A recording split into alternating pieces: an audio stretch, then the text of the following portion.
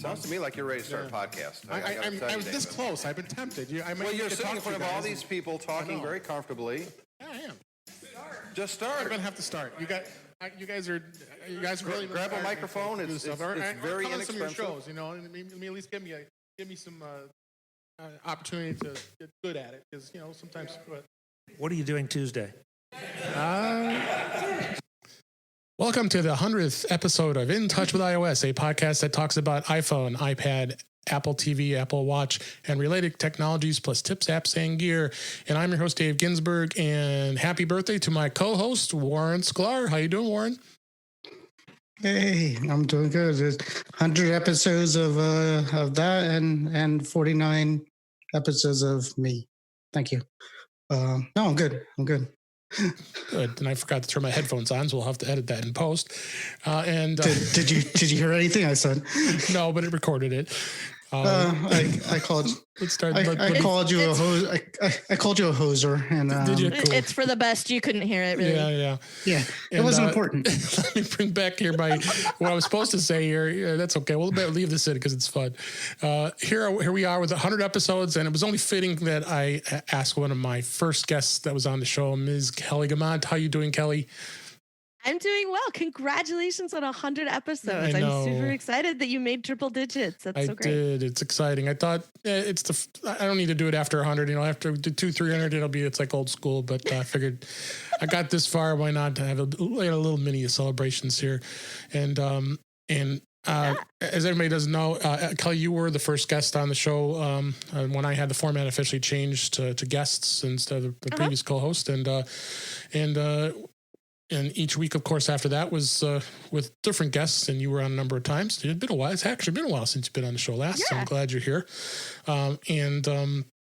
Now we got Warren here as a co-host here. We've been having a lot of fun as well, so I want to keep doing that as well.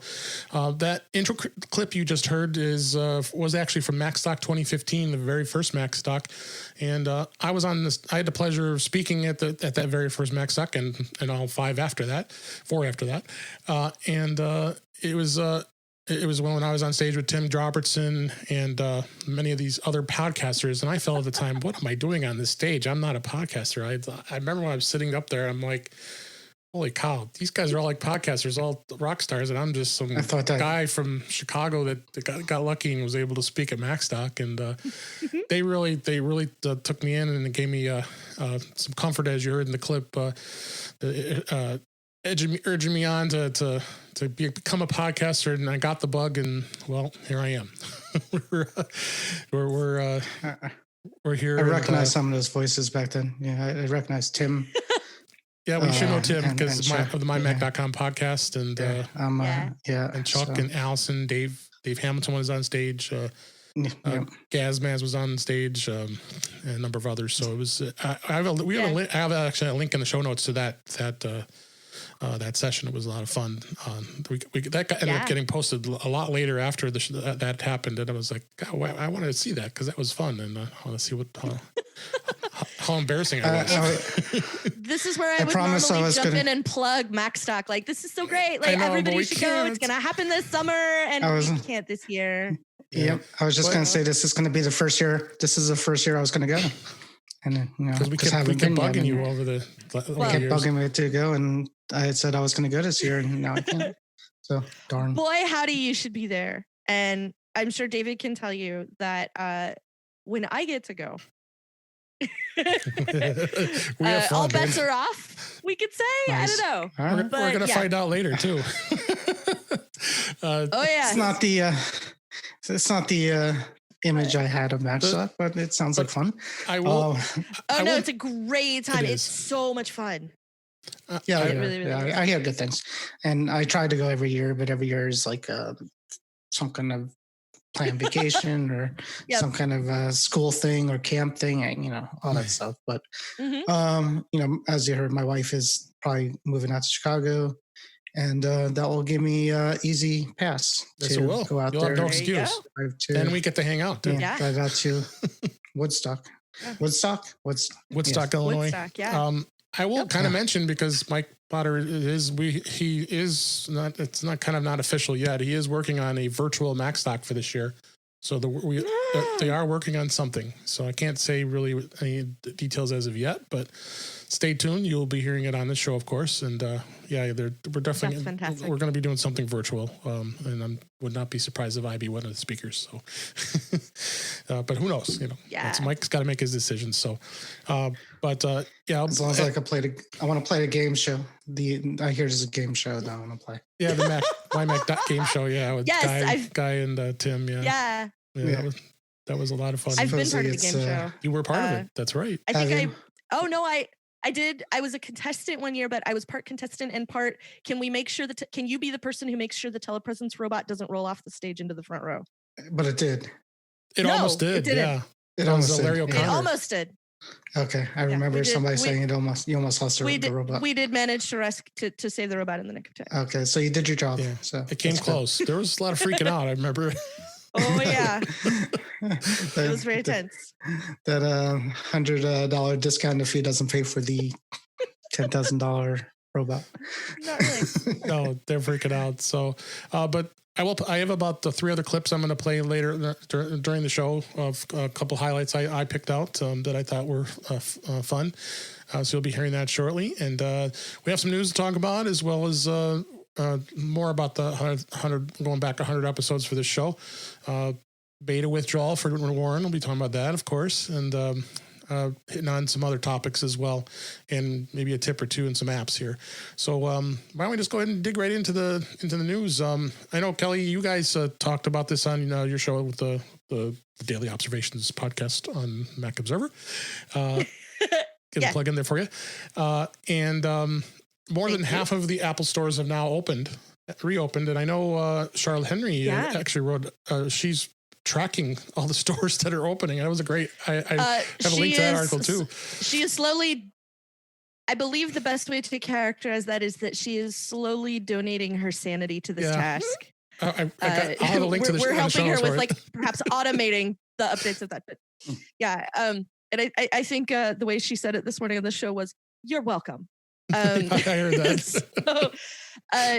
And part of what she's tracking is what value of reopening there is, for that, because sometimes it's in some places it's just curbside, like if you can't really get an appointment, or it's maybe you can get an appointment but you have to book ahead of time. They're not taking walk-ups, and booking that appointment may be out, some days because they're ratcheting down the number of people that's acceptable in the store and all of that. So obviously they can only have so many Genius Bar appointments at a time. Yeah. So, like what that looks like, and, discouraging people from coming in to browse, if you already know what the shiny thing is that you want to buy, like maybe you can come in and buy it, but otherwise, like, do that stuff online and don't come in the store. And I'm very interested to see how this goes. And one of the things I think is that I think is going to happen is that Apple is going to maybe catch some heat for this, because they're one of the few companies that's like, yeah, we're trying to open in places where it's safe, in places where it seems like it makes sense. We're trying to open.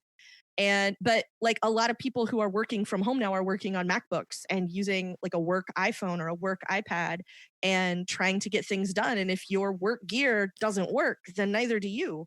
Right. So it's kind of a thing that they have to do. And I feel like there's maybe a little canary in the coal mine. And like, if I thought they were doing this prematurely, if we were having this conversation a week ago, I would have said, somebody at Apple has scored the best possible recreational marijuana and is on something, because this is clearly a terrible idea to any sane person. But it doesn't seem like maybe that's the case. So like we said, and like Apple has made clear, they are doing it only in places where it's safe. So in places where things are still locked down, I don't remember what the one Charlotte said this morning. It was before we were doing the show, and she said, an Apple store in Brooklyn, I wonder if it's open. I don't think so. We were kind of, the answer is no. Spoiler alert, the answer was no. But like in places where it seems like it makes sense, in places where it's okay to be open and have a certain number of people inside the same space together. Apple seems to be doing that. And if they're going to do it, I feel like they're trying to go about it as responsibly as they can. So I do want to give them credit for that. And if it turns out that this starts going terribly wrong, I will also call them out for that if something happened that they were just not paying attention to in the name of having the stores open. But it doesn't seem like that's a move Apple wants to make. No, none of the stores are on this list in Illinois as of yet, but Illinois is opening up tomorrow. In fact, the mall that I live nearby, Woodfield Mall, they put on the news is going to open tomorrow. So I'm wondering if Apple will be opening that store that's in that location. So I bet. Is that the store that's behind you? No, I don't know where that store is that's behind me. That we're recording live here on Facebook on Zoom here. I probably just grabbed that from some. That's the pretty standard the design of the stores these days. But I would think Illinois is going to start.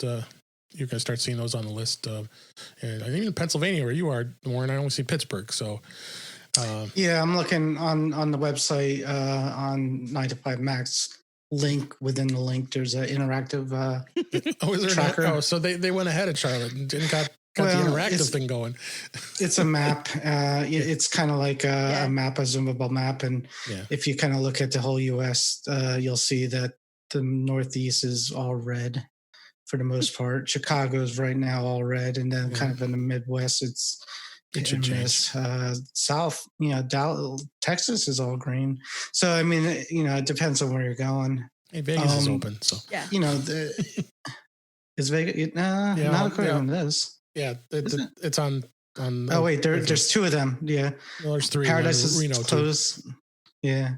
So I mean that map might not be perfect, but a lot of and what Kelly was saying that a lot of people come to me with their broken stuff during the pandemic, and they're like, I had one lady who lives on the other side of the country who I used to do support for because we live next to each other, and she only uses me for some reason. But anyways, she's like, my MacBook's broken and Apple stores are closed.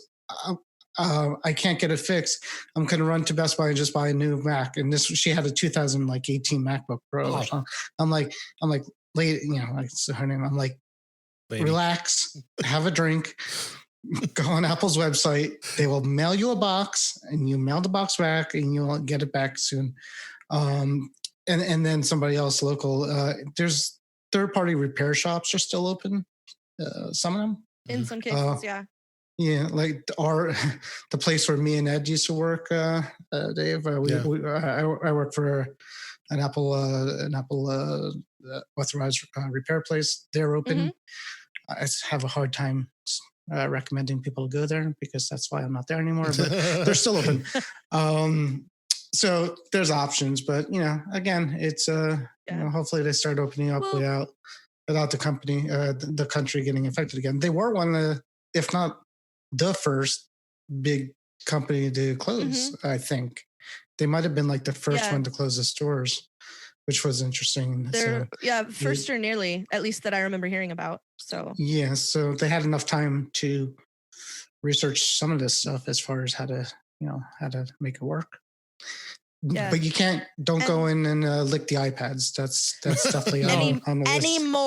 Anymore. If you were doing that before, you don't get to now either. If you look at you on it. I think, part of it is that Apple's support options have gotten a lot better too. Like even if you're out of warranty, even if you don't have Apple Care, and I know sometimes people have called me and said like, I didn't buy the extended warranty they were trying to sell me, and my computer doesn't work, and it's been 18 months or 24 months, what do I do? And Apple will still give you a certain amount of assistance aside from that. That didn't used to be the case. It just sort of used to be like, Apple Care or GTFO. And they've gotten a lot better about like, we can get you this far. Like, yes, you need a new computer for the lady that was talking to you, Warren, or just, you need to wipe your phone and here's instructions on how and things like that. And they've gotten a lot better about being accessible in that way. And like Twitter as well, they do a lot on Twitter with Apple support and make it a lot easier to try and get some basic answers at least, so you can get on the road to figuring out, do I need to call and have them mail me a box, or do I really just need internet recovery? And like, what's the difference there? Absolutely. Next story was about the Apple was reissuing numbers of iOS apps updates potentially related to the recent app is no longer shared bug. I linked to the one at Mac Rumors, but I think there was an updated article to that since that. And I think Apple has since fixed this issue, as well as all the app developers were forced to update their apps in order to fix it. That was like 3 days ago. Yeah, that happened. It started happening to me, and at first I'm excited because I love updates, and then I was like, "There's something wrong. There's something wrong with my phone." So I was in the process of doing an iCloud backup and about to do a full restore and backup, and then I'm like, "This can't be right." I went to my iPad, and my iPad had all the updates. So I'm like, "All right." I have no idea what's going on. Then the article came out. So yeah, because you love I love on updates. the edge. Well, I mean, the thing when last week or the week, whenever where Facebook had the issue where you tried to launch an app and it wouldn't open because of the Facebook authentication. When those kind of things happen, and then when this thing happened with the App Store, the first thing that goes in my head is, I'm just wiping and restoring it because this is not normal.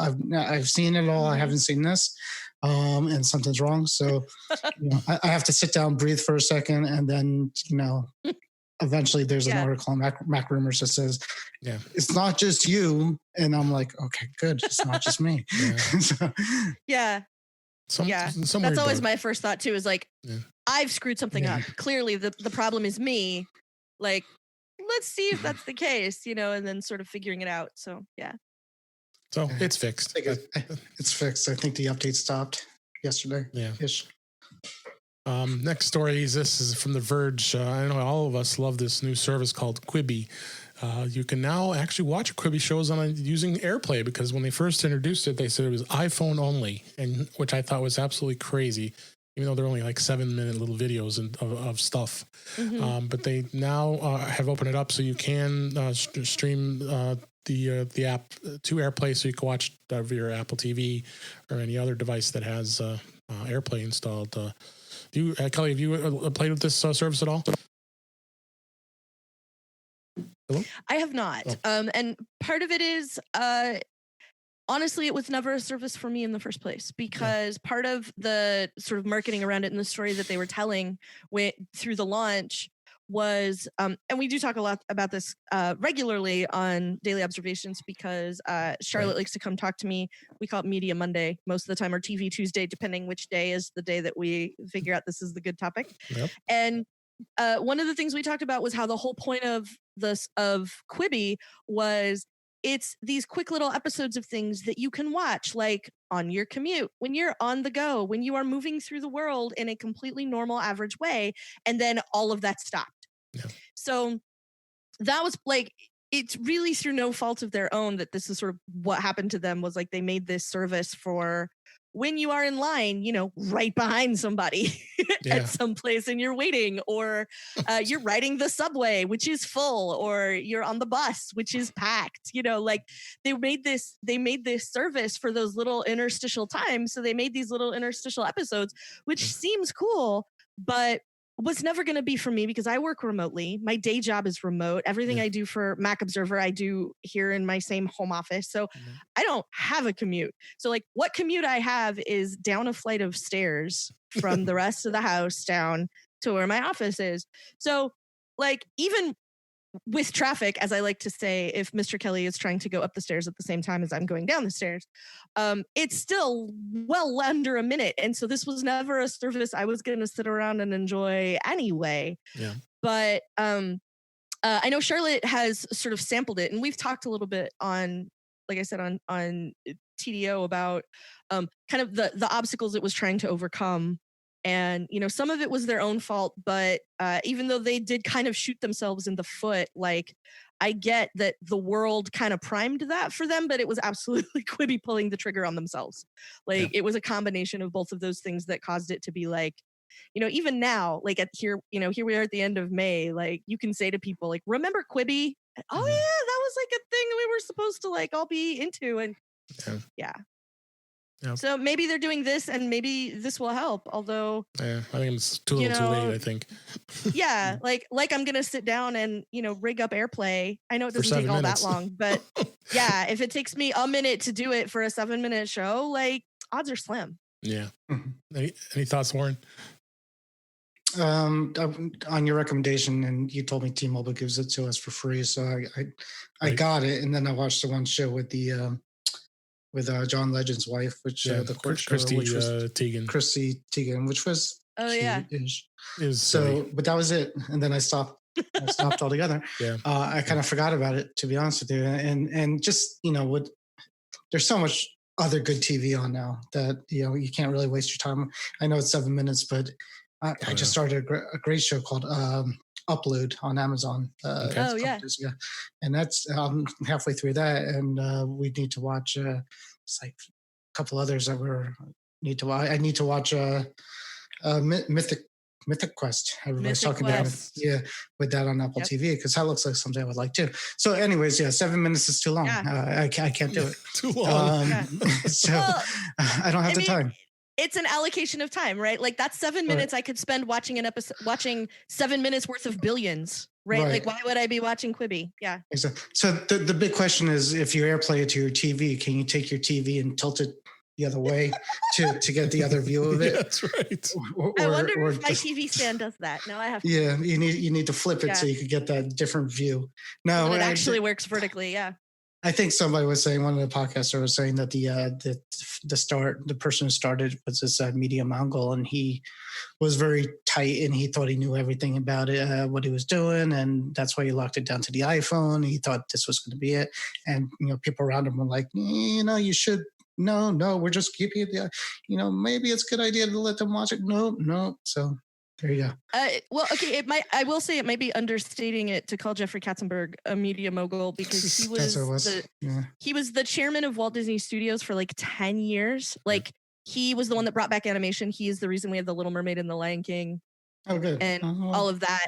And before that, he, if I'm remembering correctly, he was the K in SKG DreamWorks when DreamWorks started. Yep. It was him, Steven Spielberg, and David Geffen that decided they wanted to build an animation studio because he was done being at Disney. And so they went off and built SKG DreamWorks, which is now usually just called DreamWorks, like Shrek and all of that. Like that was all him too.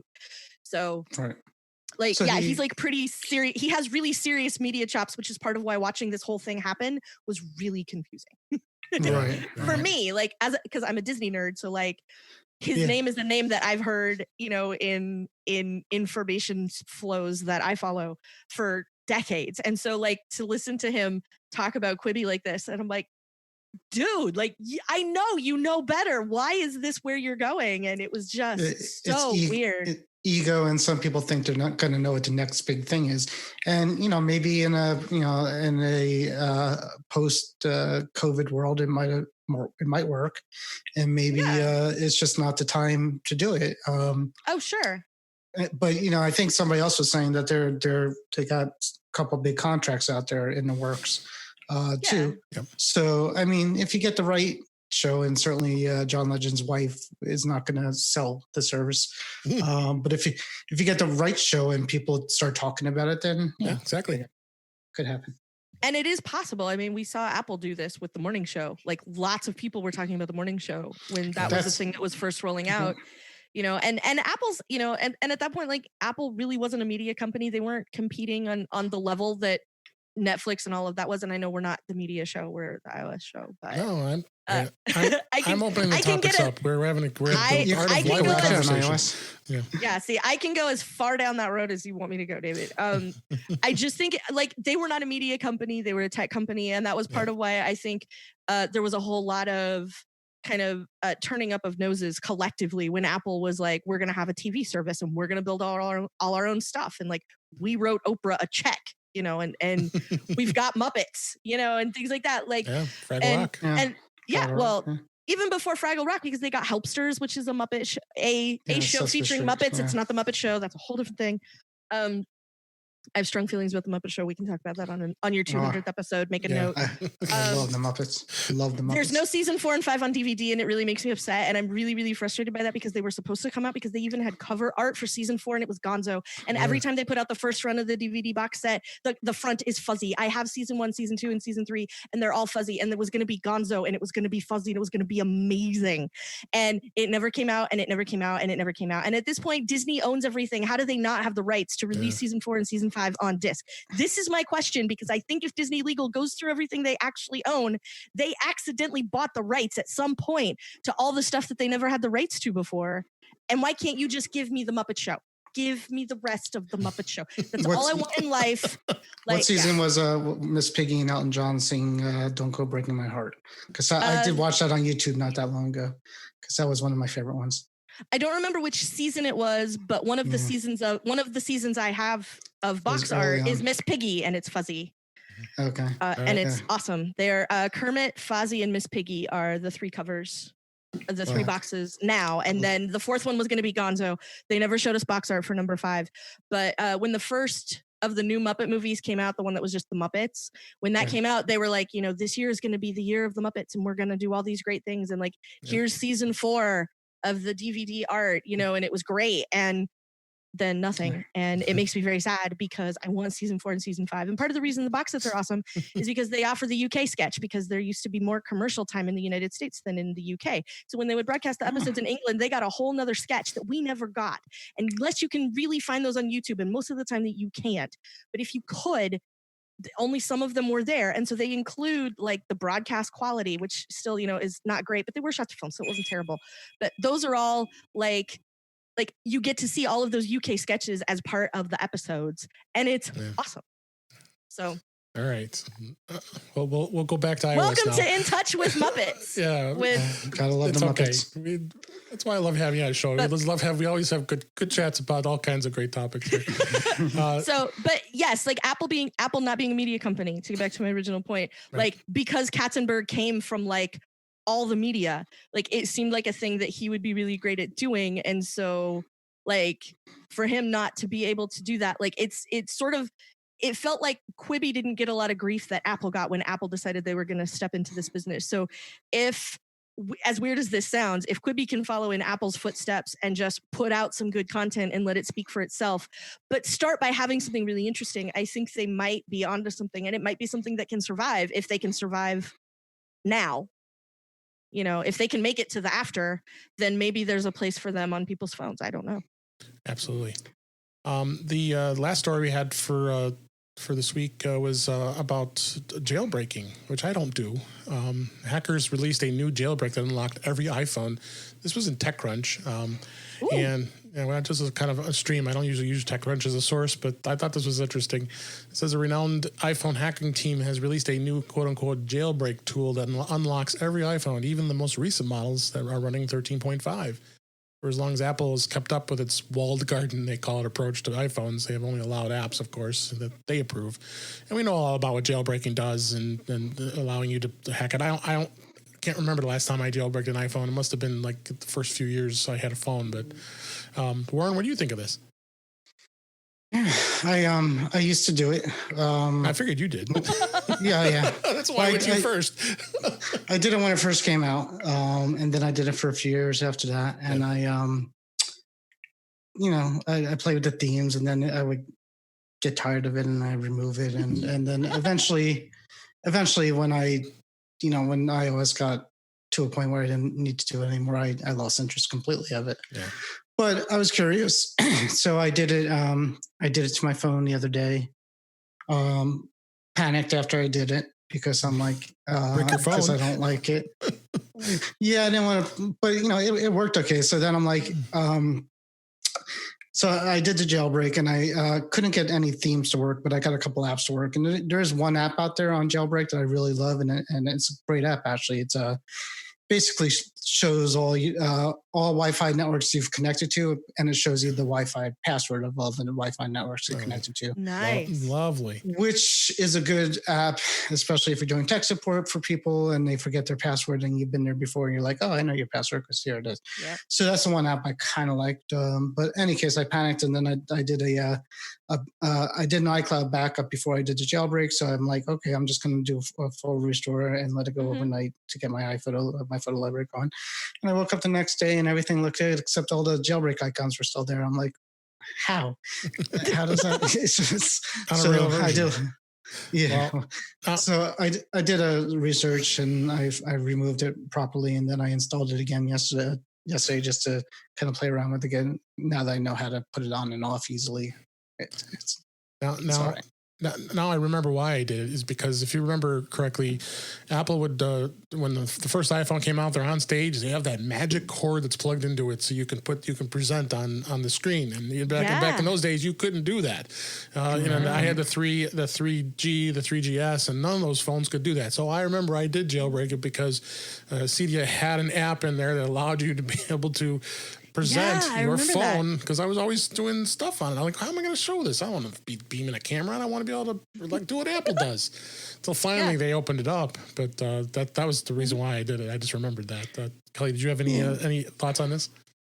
I do. I liked themes, but I did jailbreak for quite a while because I liked what we now think of as the control center when you pull down from the time and there's like your Wi-Fi networks and whatever other little things you want to put there. Yep. And also, at the time, Apple wasn't doing this. So putting apps in folders made me so happy. Before Apple made it so that you could put apps in folders, you just had to have pages and pages and pages of apps. Once they let you have apps, then they wouldn't let you organize them at all. And so you had to, I would jailbreak I literally jailbroke so I could have folders. And then the pull down, the Android style little pull down and see all your stuff there kind of at a glance. That was stuff that I thought was great. And then I got that stuff in iOS. And so I sort of quit. Once iOS did the things that I was getting out of jailbreaking, then I lost interest. Yeah, I remember. I remember using the presentation thing and hooking up to my own TV just because I was like, I can do this now, and I would just show people, just to show off, kind of. But mostly it was just folders seemed like such an obvious thing, and I think there were 2 full Phone OS releases before it was even iOS where they still didn't do it, and I was like, well, I guess I'm still jailbreaking. Yeah, I was like you. I was on a mission to do it. I'm sorry. Go ahead. I'm saying they still don't do the home screen folders, right? I mean, because I remember jailbreaking had really cool things where it would automatically alphabeticalize them for you, things like that. I mean, even now, I've tried that. I've tried to put my apps in folders and put them in alphabetically. I'm like, I'm not doing that anymore. It's just not worth it. Yeah. But yeah, there was. I mean. So I looked, it was nice back then. I look now at the App Store in Cydia and it's a lot different. So when we were doing it, most of the stuff was free.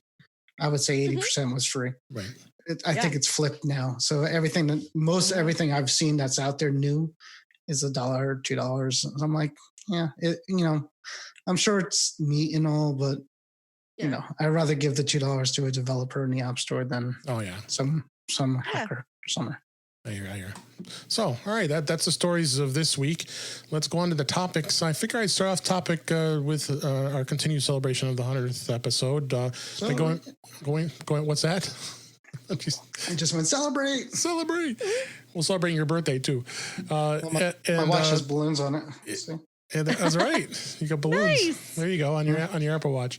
So I wanted to go back in time and play a clip from one of the old episodes. This was episode 32. This was back when I was with Mr. Mike Potter, and we happened to get lucky enough to be out at the Apple Store on Michigan Avenue in Chicago and recorded the episode.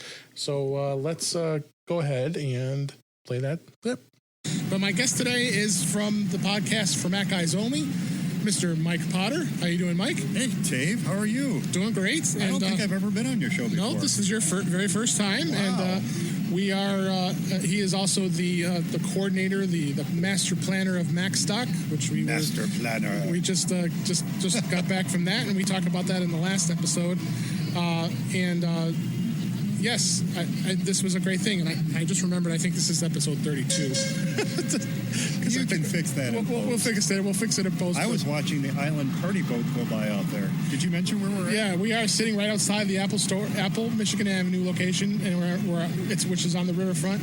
We have boats going by, and so you're going to be hearing some beeps and horns and people walking by.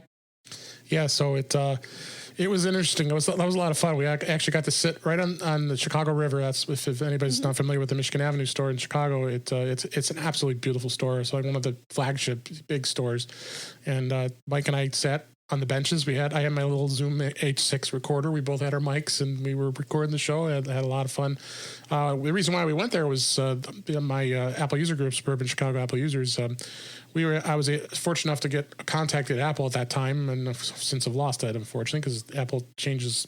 They change jobs like every other day, but he got us into the store. We were able to actually go into their boardroom, and we actually had a presentation on all the different products and nice. programs at the Apple store. So it was a lot of fun. We had about almost 20 people that got to come from our group, and so I said, "Wait, what the heck? Let's record an episode. I can do it live and."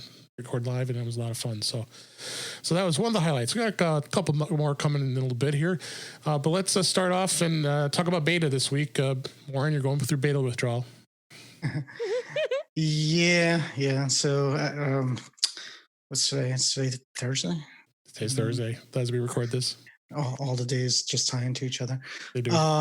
Someone called it Blur's Day the other day. I'm going to just Blur's that Day. W. That sounds Blur's right. Day for every day. Like whatever day it is, it's Blur's Day. Or it could be Y Day. You know, why? Why is there another day? Just why? Why? Yeah. So anyway, it was 2 days ago, maybe. Catalina came out of its last beta. So you have no betas. So that's it. Yeah, everything is freshly installed on the new stuff, and I don't think there's going to be. I can't imagine there's going to be any more iOS 13 betas. No, I wouldn't think so unless there's a patch or something. Yeah. I would say maybe one more, but not nothing of consequence. Not a major release like 5 was. No, nothing of scale. Like they're just fine. They're fine tuning now because the next beta we're going to get is probably a dub. I would imagine. Yeah. Right, but this the last set of updates were all COVID related for the most part. So I think their plan initially was to stop where they were before that. So, but Tuesday of next week will be a sad day. It will. Because I'm gonna keep looking for that update, and it's not gonna be there. You're not gonna. I just renewed my developer's account too, so it's gonna be lonely there for a while. Yeah, let's see what comes up. Well, for what it's worth, you won't remember that it's Tuesday, so it's true. Not like that was the only way I remembered it was Tuesday. Is because the beta Tuesday the iOS beta came out, and Wednesday the macOS beta came out, and that's how I could set my watch. And now I have nothing. That is true. And as you mentioned, Kelly, WWDC is going to be coming June 22nd, the virtual version, which I think I'm looking forward to. It's going to be exciting on the internet. Mm-hmm. Everybody can attend and everybody can watch, and I'll be glued to the screen looking at all that stuff. And so that's coming soon, and so iOS 14 will be out. Now, speaking of iOS 14, and Kelly, you don't know this, but last week we had a bit of a debate with our good friend Guy Searle. He was challenging the fact that iOS 14 was going to come out this year, and we basically said he's crazy, and we knew he's crazy, but and bless the same your thing, heart, Guy. You can tell us about that. Bless your heart. And the same thing with the new iPhones and new devices. So there was a bit of a debate, and Warren and I were both talking about this last week. I don't think he's right. I think iOS 14 for sure is going to come out. At least it'll come out in beta, and I would not be all surprised if we don't see new iPhones in September, October, like we normally do. I think iOS 14 will still come out, is what I think. And what do you think, Warren? The debate, just so Kelly knows what we're talking about, I think we're all in agreement that WWDC is going to drop, obviously, the first day during the keynote. Right after Tim finishes his speech, there's going to be the downloads available for beta 1 of all the operating systems. If not, if the beta doesn't come out during that time frame, then there's going to be a lot of developers looking at themselves like, why am I here? Scratching their heads. Yeah. So that's coming out. So then so we all agree on that. The question is whether if the phone's delayed, and if it's delayed till October, it was normally come out in October. So it's announced in September, October, and then it drops. It's usually like late September. Yeah. Yeah, and then 2 weeks later you could buy the thing or something like that. Right. So if the phone's delayed until Christmassy or December or something like that, the question is, are they kind of release iOS 14 or wait till the phone comes out and then release it? Because it will essentially be done. I would assume the beta process will finish by the time that phone normally would drop in October. So the question is Tim Cook gonna hold on to it till the phone comes out, or is Tim Cook gonna release it before the phone comes out? And Dave and I think they'll release it before the phone comes out, because you want to get people excited about the new features. It could possibly help sell the new phone. With some of the features such as augmented reality. The guy kind of thinks that and I get his point. His point is the phone and the new iOS go kind of hand in hand. People see the ads for the new phone with the new operating system on it, and that makes them want the phone more. So there's that's what we're talking about. Of course. Here's where I think this is. Here's where I hope this goes. Both with iOS and with macOS. And we did talk about this a little bit on TDO when the iPhone SE dropped. And, that's sort of been the interesting thing really in the last couple of months. Like, I started staying home and Apple just started throwing products at me. Like, right. We got new computers. We got some more new computers. We've got a new phone. The new phone that was never going to happen. Like, how many times did we hear SE2 rumors? Once the SE sort of got a little long in the tooth and everything went to the notch, and there were still people holding on to the iPhone SE because that 5S size was just the best size, which I still think is true. There's been a lot of, there was discussion about it forever, and then we finally got one. And what I hope is that we do, I expect we will get new versions of operating systems. We will get 10.16. We will get iOS 14. But I think, I expect that's what will happen. I hope that what those are is your Mountain Lion release, your High Sierra release. They're your bolt tighteners. We're not giving you a load of new stuff with these. We're just locking down what's there. We're refining the features we gave you. I'm going to get the numbers wrong, so I'm not going to say which versions of iOS it was. But when AirDrop went from a thing that people could use if you stood on one foot in the light of the full moon on a Saturday, you could transfer something easily to your computer from your phone. And then Apple went, here's a new version of iOS, and everything was fine. And it would just work like it was supposed to all along. And I want that, because it's been long enough that we need one of those. So for what value of new operating system, I think, is really the better question, because we're going to get those things. Because otherwise, everybody's going to go stand 6 feet apart and bring torches and pitchforks and riot in the streets, at a respectable distance. But that's what's going to happen if we don't get these things from DubDub. That's how, Apple does very little on a schedule that is known to the public. And this is one of those things. There's 3, and this is 1. And so they're obviously going to have to give us something. Now, the amount of new stuff in iOS 14, in macOS 10.16, that's up for debate. I would really like to see refinement, bolt tightening, the security stuff adjusted a little bit. I'd like to see some of that lighten up a little bit and just be obvious about this. Are you sure this is the thing you want to do, instead of denying you from the get-go? I would like to see that, but that's a separate podcast. So David, I hope you're making notes, because I'm giving you the next 99 shows so that you can make it to 200. I'll have to bring you back on so we can talk about it. So what I hope is that happens. Now, as far as hand in hand with the new release, Apple Apple used to do that. Like the new OS and the new phone used to be available to the whole world on the same day. And it was a nightmare. I was one of those people and it sucked. So what they've started doing, what they've done for a number of years now, like all the notch phones had this. And I think even once we went to like Apple Pay, like once Apple Pay became a thing, like around that time, and my memory could be a little hazy on this, but around that time, we started getting the new version of iOS a week-ish or so before we got the new phones in hand, so that everybody who had a phone right now could stampede to the servers and spend all their time trying to pull them down. But that wasn't like everybody. That was only like almost everybody. And Apple servers can handle almost everybody, but not everybody. So once we got like almost everybody, then like, the update servers could take it because everybody's downloading that thing over the air. Once we went to over the air updates, that's when like the new version of iOS and the new version of iPhone separated by like a week or two. So I think we will get that same thing again this year. But what I'm hoping is that they don't try and jam a bunch of stuff into the operating systems and then have things break and have it still be really hard to get into an Apple store or get a hold of somebody in Apple support, so that we can get fixes for the things that are wrong. That's my hope. Of course, guys in the chat room and at Facebook and made comments already. Asked me how did I get to the Apple store? Well, I'm here. That's right. I think I just got a text from somebody. Did you get this? Did you?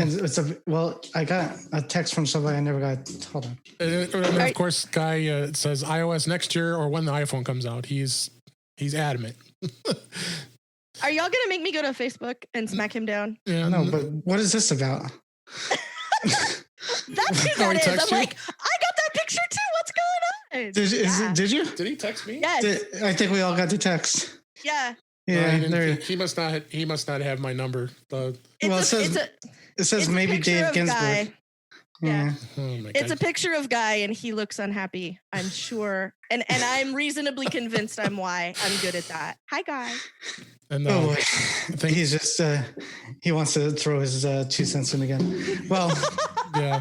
No, but yeah, I agree. And he says except he's right. So yes. Oh. Well, anyway, we're giving him all this airtime. I don't know. And then I also thank Michael LaPlante came into the chat room. Thank you for the congratulations. I appreciate that. All right. I think we've had enough discussion about Guy for one night. It's cute that he thinks he's right, though. It's adorable. It really is. Yeah, I get where he's coming from, but yeah, he's not right. But all right. Let's move on to a different topic here.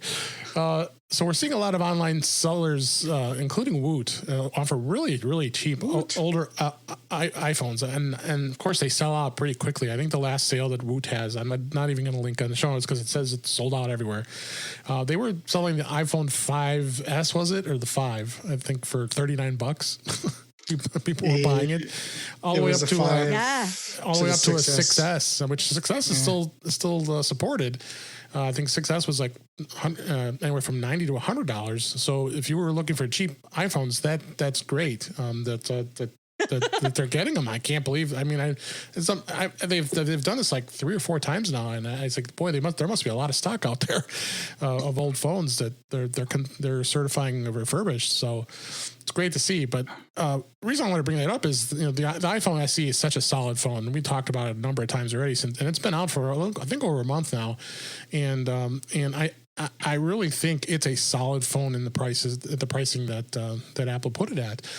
They're really they haven't set any sales numbers yet for how many iPhones SEs have sold yet, but I can just imagine that they've been selling them like crazy because people want to get entry level, want to get into an iPhone for the first time, or a lot of Android switchers might be looking at it because, like we said, the iPhone SE is better than most of the Android phones that are out there now. So I know Macworld just did a really comprehensive story about the iPhone SE and how solid it is, and so have a lot of others. I want to get your take, Kelly, on what the iPhone SE is to you, and what you think if Apple was smart with this. Aside from the fundamental nitpick I think a lot of people have with the SE2, for lack of a better name, right? is it like, aside from that, because that nitpick is the size. I know a lot of people who liked it because, like I said before, it was the 5S size because logistically it's easy to use. And of course, I realize now I'm doing this on video that nobody can see. Your thumb, like a normal standard issue adult size thumb holding onto an iPhone, your thumb can reach almost everything on a 5S screen. And as those get bigger, that gets less possible. So I understand that. However, the Touch ID, I had an iPhone 8 and the body of the SE2 is the iPhone 8. And the iPhone 8 was beautiful. And if it hadn't been for the fact that they went, this is a camera that will cause you to faint when you get that night shot photo. And it has Touch ID. And if you get the 11 Pro, by the way, we're going to give you a whole nother camera as part of that camera. What's that meme? Yo, dog, I heard you like cameras, so I put a camera in your camera. Like that is what they did for the 11 Pro, which is what I have. And that's why. And like, but the 8 I loved and I had no complaints. And if they hadn't come out with something spectacular this last fall, I would still be carrying that 8 because the Touch ID on it was just so fast. And the buttons were solid and the size was okay. Like of the sizes available to me, this was a size that I could use. It still didn't fit my pocket, but again, another podcast. There's a whole bunch of things to love about the 8 as a device itself. Now, you take the insides of an 11 and you squish them into an 8 and you give it a camera upgrade to the camera that's a year newer than the one that it's got, because it's the 10R camera, the 8 body, the 10R camera, and the 11 insides. And that is a rock solid phone. And I know this is going to sound weird, but there are people who do not live and breathe technology. No, that is weird. I know. I know it's it. Weird. Wow. But there are people who like, I need a phone. It should take pictures. I need it to make calls, and I want enough screen that I can read my texts without my glasses, is a thing I hear from a lot of people. And this phone is that. And for a lot of people, they are upgrading from a phone that was a subsidized phone, perhaps. The last time they paid for a phone, it may have been a $300 or $400 purchase instead of the $900,000 purchase it is now. And so those people are still getting a really, really solid phone. And the lifespan of this phone, because being the 11 Pro insides means it's the 11 insides means that it's going to be a viable phone for probably, 3 years minimum, I think, is what they will officially support generally. Right. And you can probably go 5 or 6. So if you're paying $400 or $500 for that phone, and the other thing that I think doesn't get talked about enough with the SE, so of course I'm going to do it because I'm not talking enough, is they stopped giving you an insulting amount of storage with the entry-level device. It used to be a joke, and it's not anymore. And you can get a really solid phone with a reasonable amount of storage, a really nice camera, and and lots of speed, lots of responsiveness, everything. And it's $400. And that's a much more reasonable purchase for what I like to call capital P people. Yeah. It's a wonderful phone. And if you are a person whose life does not revolve around your phone, maybe it revolves around the stuff in your phone, right? The things that you do with your phone every day. You need a phone that's solid. You need a good performer. You need it to be fast. You need it to be portable. You need it to be, a reliable piece of technology in your life, right? It needs to be like the microwave. Every time you turn the microwave on, the microwave heats up your food. That's awesome. That's what you need out of your phone. And this is the phone for that. People who need a second phone for work, this is the perfect ancillary phone. This is the perfect, I just need a phone because sometimes I'm out and need to make a call or get a text message or whatever. Yeah. This is that phone. And this is absolutely the best phone for regular folks. If my parents had not upgraded to 11s because they just switched carriers, and so they got iPhone 11s basically for free, this is the phone I would be calling my parents and saying, look, it's time to upgrade. This is the phone that you need. Get this phone and move on with your life, and it'll be awesome. And if I know people who are on older devices, I think I have a member of my family that's still rocking a 7. And this would be the phone that I would tell them to upgrade to.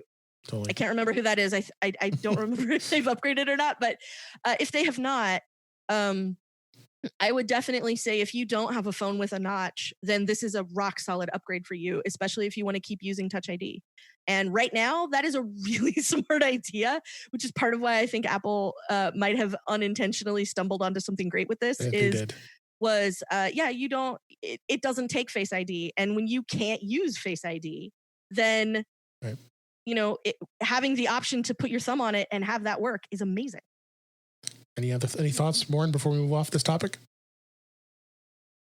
No, she covered everything pretty much. The only thing is if you're coming from an iPhone 8 or below, then and if somebody asks me what phone should I get, I'm probably going to steer them towards an 11.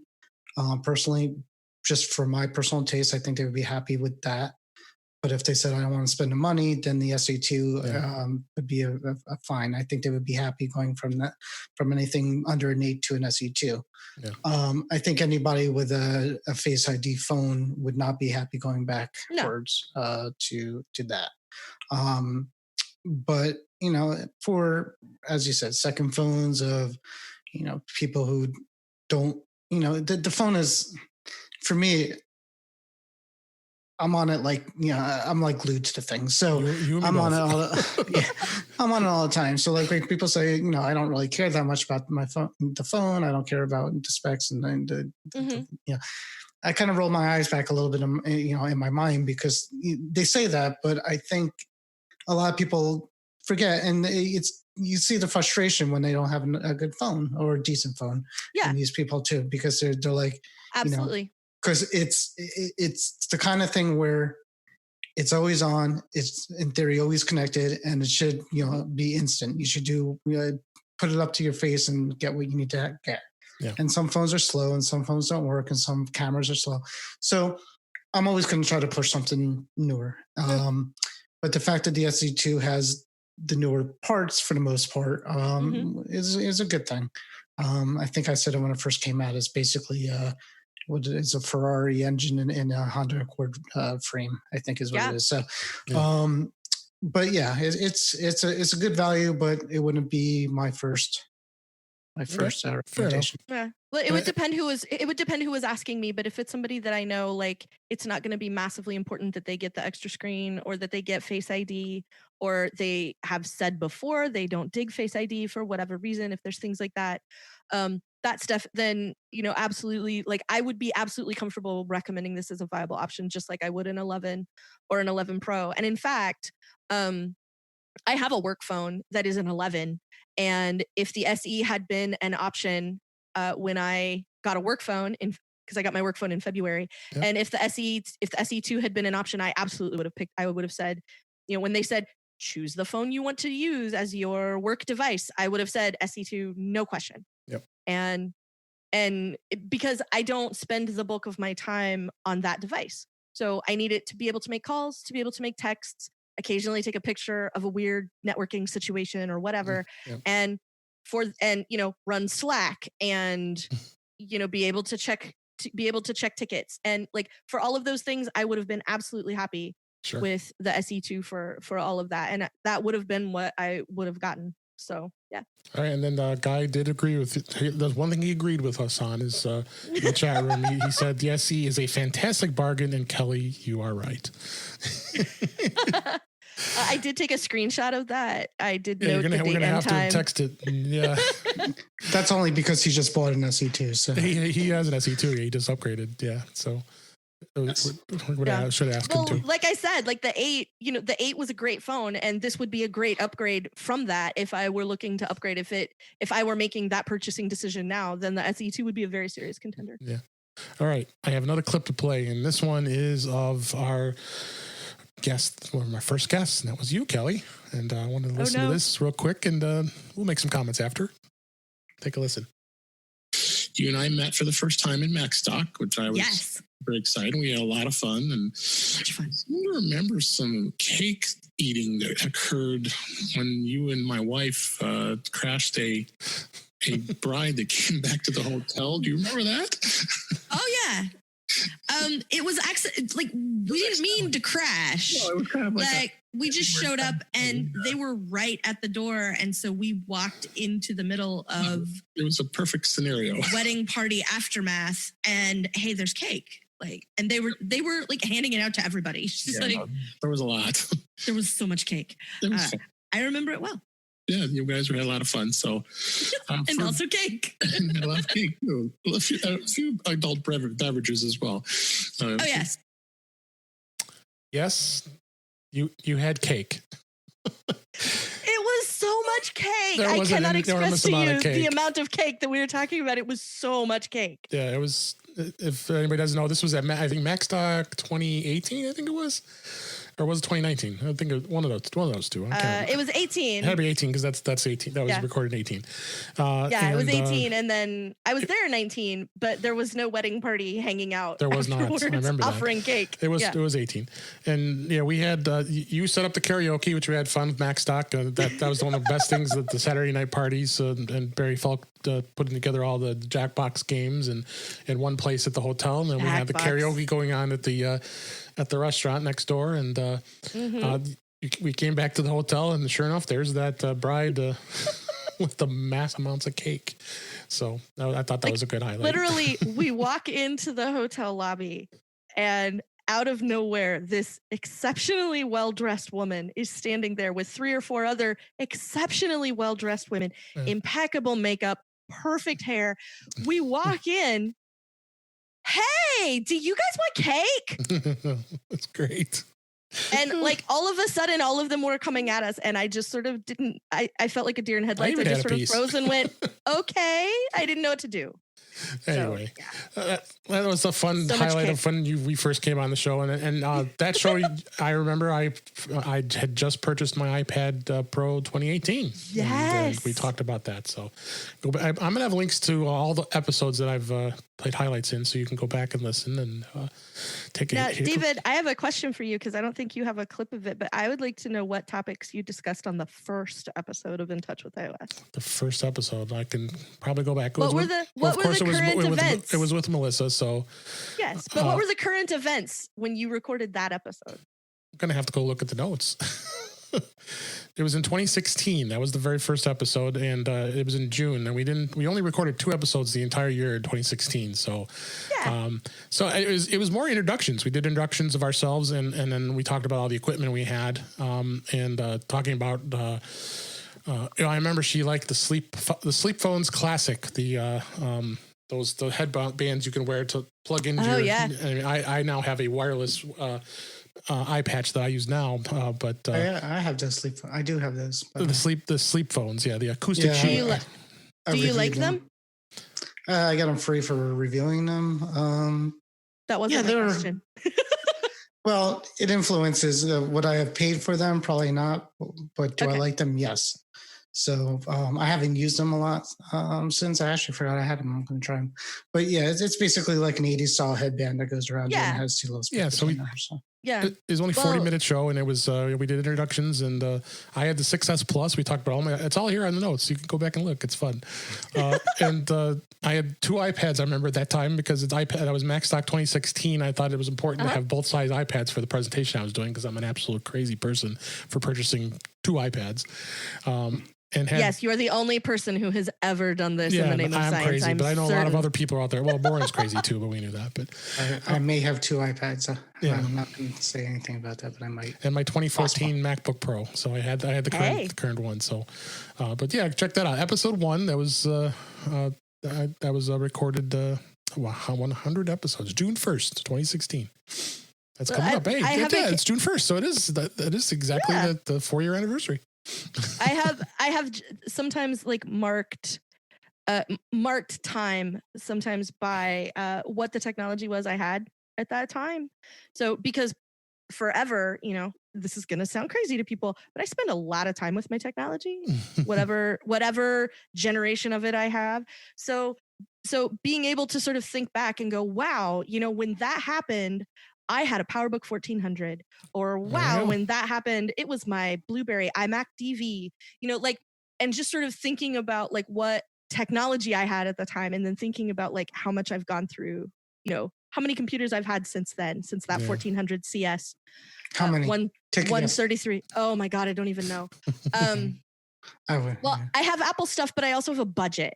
So we all do. Yeah, like I play Animal Crossing, and I have yet to find the real life equivalent of that tree that grows the bags of money, and then you just shake it and you get money from. I can't find that tree in real life. It's my wife. I just shake her money.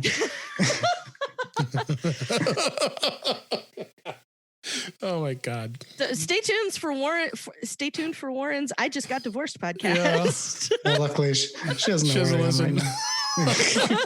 She's not a geek. You're gonna find out the minute she starts. I guarantee it. Probably. Oh, I'm in trouble. Let's move on to the next topic. The last topic. I just enjoy. I sometimes enjoy that, like looking back at like what the technology was I had, or like I have this particularly memorable photo, right, that I took with an iPhone 4, or whatever it was, and things like that. And I sort of.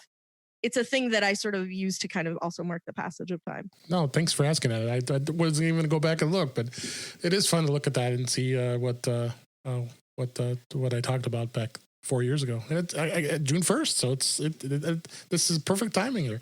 4 years ago. So let's move on to the last topic, and I'm going to be kind of brief on this one. As I was going to get a little deep into it, but I'm not going to now because of our time here. But important enough.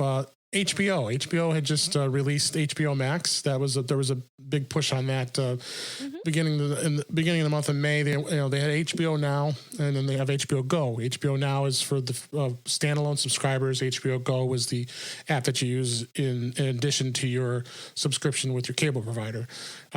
So they released HBO Max. It was very confusing, and that was what I was not too excited about. And I was also not too excited about. I'm a Comcast subscriber, and they weren't going to offer HBO Max. And I'm like, what the heck? I mean, that doesn't. People are going to go and cancel their subscription with their cable provider and go. And that's what I originally had done, because they reduced the price to $11.99 for a year, and then you would get both HBO and HBO Max, which is just basically combined.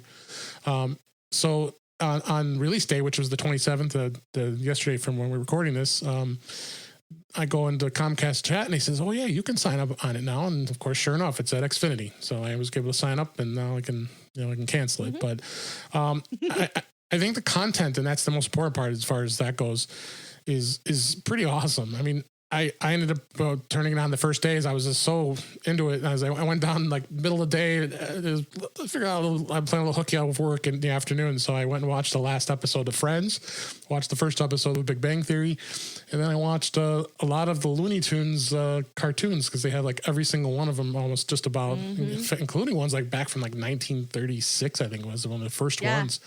And so there's a huge amount of content. They got all the Warner Brothers films and all the Warner Brothers TV shows that are linked to that. So it's got a lot of great content.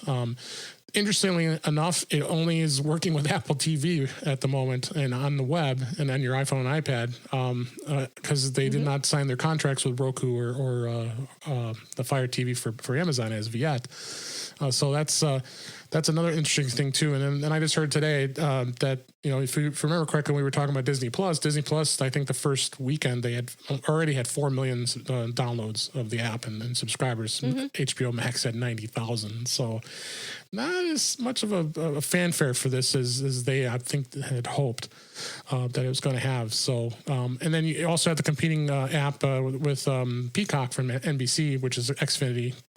Xfinity is already giving Peacock on their X1 platform if you have their service with the boxes, so you can watch that content now, and that's going to come out in July. It's just mind-boggling how much content is going to you be able to absorb using your iPhone, your iPad, and then of course other mediums as well with this. And I mean, I'm hoping HBO Max gets more subscribers. I like HBO. I always have. I think they've got a lot of great content. They always have with their network. So with having this big catalog, I think it's going to be great. Kelly, go ahead. I'll let you give your thoughts on this, because you're the media. Well, I think part of the problem that they have is like it's HBO, but also they have some of the stuff from DCU. So like some of the DC Universe movies are there. Right, DC. I forgot that. Yeah. Some of the DC shows, but not all. Right. And like they have Harry Potter, but Harry Potter's still running on Sci-Fi. And like I feel like the HBO Max rollout is really emblematic of the whole who owns it and how do we get to stream it? Because remember how it was the end of Western civilization because Friends was leaving Netflix. Yes. And then people were like, no, really, it's the end of Western civilization because The Office was leaving Netflix because somebody else wrote a bigger check for it. And so now they're on a different streaming service. And part of the thing that is great and terrible about the Apple TV app, not TV Plus, but the Apple TV app, is that you can go to the Apple TV app and you can put in Westworld, for example, because say you have a podcast about Westworld and you want to watch it. And you don't know, you may not know where it is, right? Or you listen to somebody on a podcast who says, I have a podcast about Westworld and you want to go check it out. How do you find out where it is? How do you know if you subscribe to that? And it can be endlessly frustrating. Like if you started watching Friends when it was on Netflix and then it disappeared and now you don't know where it is and you wait for it to come back to Netflix, like all of it is up in the air and it's all kind of a disaster. And then you sort of have to juggle, right? Like I think I saw the other day, there's an app in the App Store to help you keep track of what services you are paying for. Yes. So like, I'm paying for Hulu this month because I want to finish watching Castle Rock because I like Stephen King. So then I have to cancel Hulu, but then I'm going to pay for HBO Go, not Max, because all I really want to do is watch a season of Westworld. So I don't need all the extra stuff. But and part of the problem is that HBO already had a solid streaming offering in the first place that didn't require any sort of cable information. And now they've sort of muddied the waters with this. And then like they've sort of made it worse, right? Because like maybe you have Go or maybe you have Now, but you could have Max. And if you have Max, it's like different. But if I have T-Mobile, I get Max for free. But if I have Comcast, I can't get it at all. But wait, yes, I can. Exactly. And like the whole thing is just like, and that's why people I think were probably resistant to downloading the app right away because this is just a big mess. Well, and I think like it sucks because I fell down, like you were talking about the Bugs Bunny rabbit hole. I fell down the Turner Classic Movie rabbit hole yesterday when I was scrolling through it, which is one of the brand tiles at the bottom. You know, we gave Disney a lot of grief for doing that, but it was kind of smart for the HBO one to be like, hey, Turner Classic Movies, you push this button and like, here's a bunch of old samurai movies. Like you can watch The Hidden Fortress on Turner Classic Movies, and that's really exciting when you're me.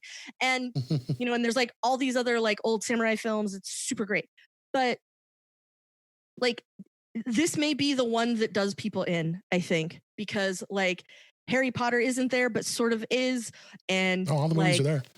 Like okay, well, because at first they were like, well, they're not going to be there until later, but now they're there now. They're there. So like. There, there's Harry Potter, but no. And then like there is Friends, but there's not The Office. And so all the NBC shows that I like watching are not on the NBC app. Cause like if you get Peacock, you're not going to get Friends because it's on HBO. Because it's Warner Brothers. And like all the way down the line, this is going to turn into the thing where people go, I quit. I can't pay for anything anymore. I'm already too paying. Many choices. Yeah, I have too many services now. I'm paying more for all these stupid services than I was paying for cable in the first place. I give up. Like, I don't know what the opposite is of a cord cutter, but I think we're going to start seeing those people because they're all going to be too confused. It's too hard. It's too much work. I'm just going to go back to having 3 channels I watch and 100 channels I don't, and go back to subscribing to ESPN The Ocho because I'm tired of trying to figure out who owns the show I want to watch. The end. Days. Yeah. Warren, any thoughts? No, I've watched. As long as I can watch as long as I can find the things I want to watch, you learn a different way. Like I think we said this the other day, or we talked about it, but you don't go to Netflix to find a show that you heard about that you want to watch because it won't be there, and it's never there. You go to Netflix to see what they're offering to you, and then if it looks good, you put it on. Except for maybe a few of them, like the Tiger King, you knew it was there because everyone was talking about it. But if you sit down and say, I want to, I feel like watching, Pretty Woman, you sit down and you type in Pretty Woman Netflix, and it's like movies similar to Pretty Woman, and I'm like, really? You don't have Pretty Woman? I want to watch Pretty. So you can't do that anymore. It's a mess. It's messier than cable, and it's crazy. I was kind of thought about this today a little bit, is all these streaming companies should come up with like a streaming service consortium. And Universal, yeah. And put all their chips in the pot and figure out a way to consolidate it from the user's perspective while keeping it fragmented on the back end, so the money goes to the right place. And that, I think that's a future. I think eventually that's going to have to happen because people, like you said, are not going to tolerate all these different apps and services and different fees. And that's how Hulu started. Like the point of Hulu was it was TV shows, but it was 3 different companies that all got together and you could watch all of their stuff all in the one place. And so Hulu was supposed to be the thing that did that. And it was great until everybody got out of it and Disney was like, and then it was just down to Disney and Comcast because it was Fox and Disney and Comcast. And then Disney bought Fox. So they owned like all of it. And then I think they just sort of stared Comcast down and Comcast finally went, fine, you can have it. And then they left. And Apple tried it too. Apple TV was supposed to be the same concept where the Apple TV app was supposed to tie into every single thing out there. But, as soon as Netflix said we're not going to do anything like that at all ever, that killed it. And so so this gives me an idea though. You know what I want? I want that interface. I want the TV app to do this. David is smiling. He's like, look, I took today off because I don't have to talk if I have Kelly on the show. That's why I don't have you on. You have good points. You got viewpoints. That's why you're here. This is my idea is I want the iTunes store idea to be part of the TV app. I'm going to have to talk about this on TDO tomorrow. Spoiler alert. I think that's going to happen. I'm going to write it down. But this is what I want is like, I go to the TV app, right? And I have a Netflix subscription no, I'll use your Tiger King example. I subscribe to other services, but I don't subscribe to Netflix. But everybody's talking to me about the Tiger King.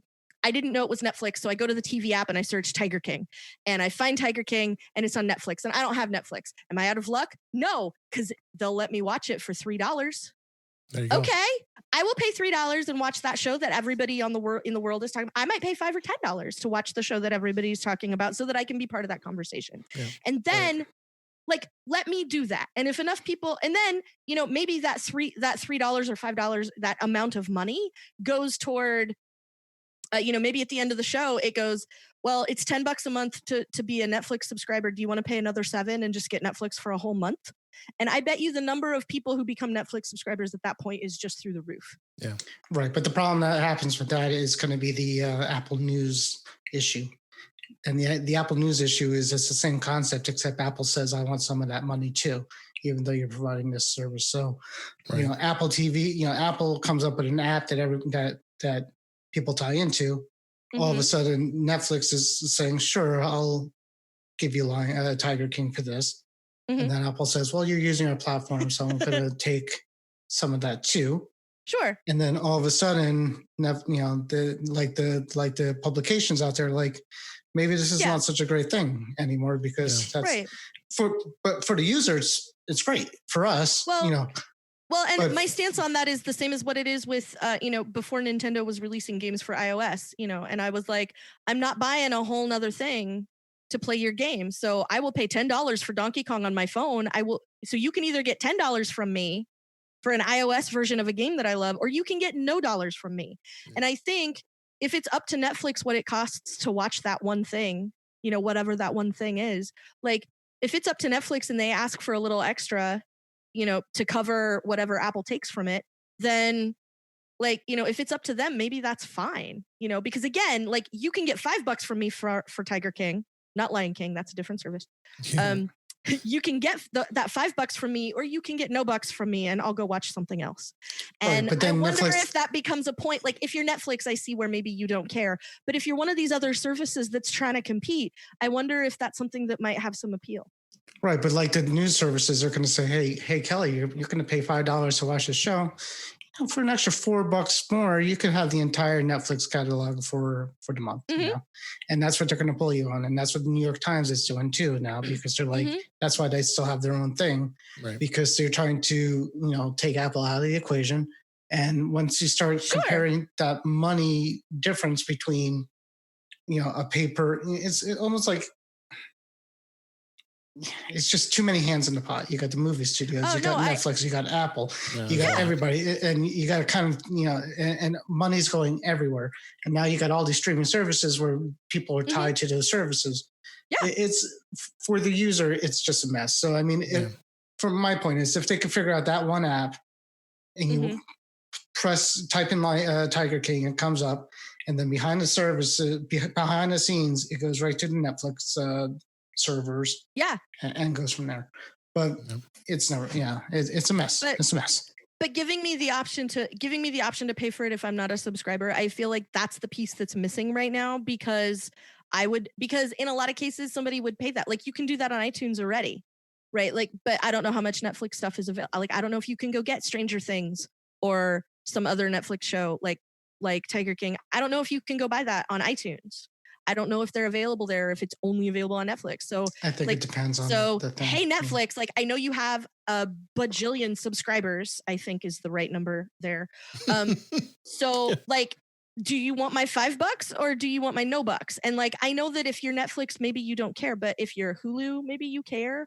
Or if you're any of these services that end in plus, maybe you care. You know, like, if somebody finds out how great it is to watch Disney movies on Disney Plus, maybe they're going to go subscribe. You know, like, I just feel like there may be more to it than that. And that's an easy way to sort of lure people in, right? Like, that's the loss leader. Like, for another $5, you could have Netflix for a whole month and watch this show as much as you want. Ooh, maybe I do. Yeah. Except at the end of the month, where you get the bill for all the stuff you watch, you're like, exactly. Did I really need to watch the Princess Diaries? Because that cost me like $8, and I really don't want that. All right, I'm going to play the last clip I wanted to play here, and we're way over on time here, but that's okay. We're allowed, since this is episode 100 here. The last clip is actually from episode 35. That was the first time Mr. Chuck Joyner was on the show, and I wanted to play that now. Kelly, I'm thrilled to have join me tonight is Mr. Chuck Joyner from Mac Voices. How you doing, Chuck? I'm doing great, Dave. Thanks for having me. Yeah, thanks for being here. I'm just absolutely thrilled you're here.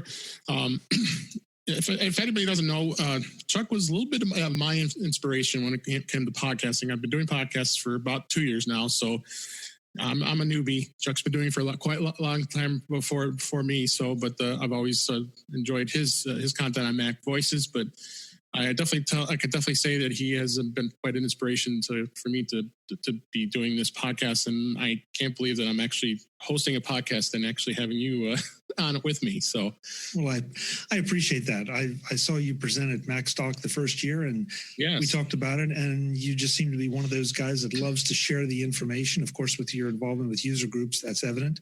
And it seemed like the perfect venue, so we had to drag you into it. See, you twisted my arm, and here I am a couple years later. Yes, he did twist my arm, and so did everybody else on stage. So I'm so happy I'm here and happy that we're doing the show. So it's been a great 100 episodes, and I'm hoping to do a couple hundred more here. So before we wrap up, I had 2 apps I wanted to talk about really quick. The first one was called Spend Stack. I don't know if either of you have seen this app yet.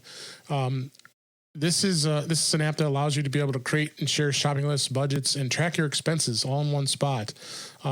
I was pretty impressed with this app. You actually can put together a grocery list and put the costs in and have it all ready to go, and then you actually can share it with people, import it. You can import your Apple credit card statements for tracking your expenses, as well as other statements if you had a CSV file, and it allows you to import it in there as well, and a lot of other stuff.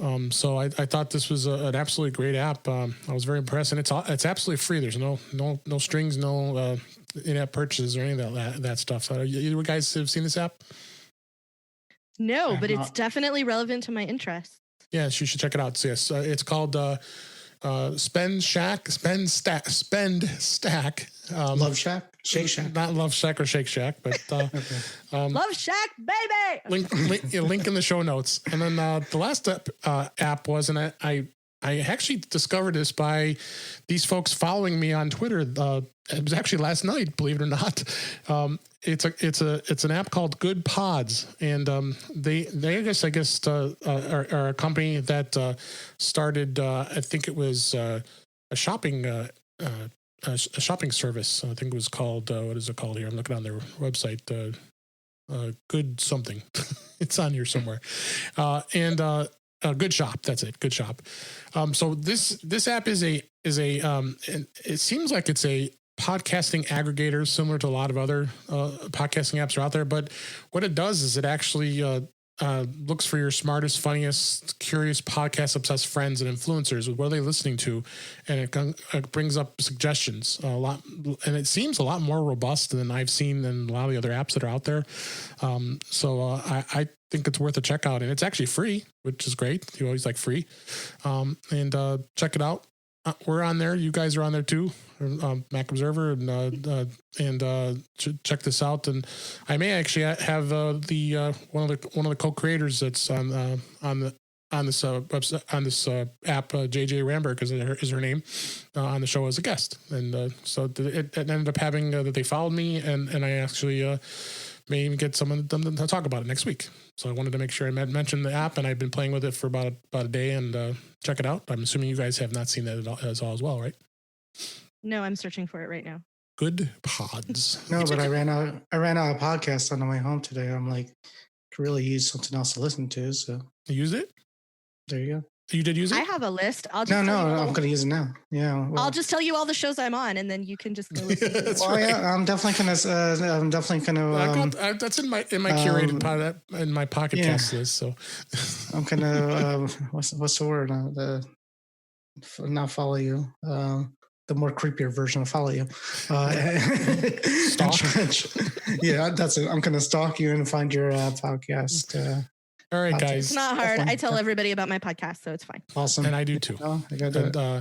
We'll find out about your podcast in just a minute as we go. We'll wrap this show up. This it was allowed to have the 100th episode. I mean, it's probably going to be the longest episode I've had, so which is great. I have no problem with that. Time for sure. We had a lot of fun. You're welcome. Thanks, guys. Yes, you're great, Kelly. Thanks, everybody. That is a wrap for this week. Please send your comments, questions, and suggestions to our email address, feedback@intouchwithios. We want email. I'd like to hear from you. Give us any of your comments, questions, and requests. You can follow us on Twitter @InTouchWithIOS. You can subscribe in your favorite podcatcher, including Apple Podcasts. And I just made updates to the website on the right-hand side. Every single way you can listen to us, the link is there. You can just click a link and you'll be able to listen to us. Or better yet, you can just go to our website right there when I just talked about, intouchwithios.com, where all the links to all the ways to listen to us are there. I am Dave Ginsburg, and you can find me on Twitter @DaveG65. Kelly, thanks so much for being here. Where can everybody find you? Well, as you mentioned, you can find me over at the Mac Observer at macobserver.com. And you can find me there hosting the Daily Observations podcast 5 days a week. You can occasionally find me there writing something explaining stuff. And you can also find my podcast, Greetings from the Uncanny Valley, over at the Incomparable Podcasting Network. It's a show about Westworld over on the TV feed. I pop up there talking about other things like Star Wars. When we do Star Wars episodes at the Incomparable, I tend to somehow become part of those conversations. And you can also find me there talking about other stuff. We just did an episode about the movie WALL-E. And the rest of the time, you can find me on The After Show, which is my podcast with Mike Rose, because we decided when the 2 Talkcast was over, we were going to continue to talk about things. And so we do. And otherwise, you can find me on Twitter as Verso. Thank you so much for being here. And Warren, I know you don't want to tell anybody where you are, but you have to anyway. No, don't worry about me. But look, I found Kelly, and I'm gonna. Here we go. Subscribe to. Is that using GoodPods? No, this is using the Apple Podcast app. But I just subscribed to the Mac Observer's Daily Observations. I guess is what it's called. Yes, you have to listen. Yeah. I listen every day. That one sounds like a good one, and that's it. Yeah, don't worry about me. It's all good. No, you're on Facebook. Tell them about the group. I have a Twitter thing, but I probably don't use it that much, and it's probably going to be shut down tomorrow, as we know it. And then I do Facebook. I do Facebook until they shut that down too.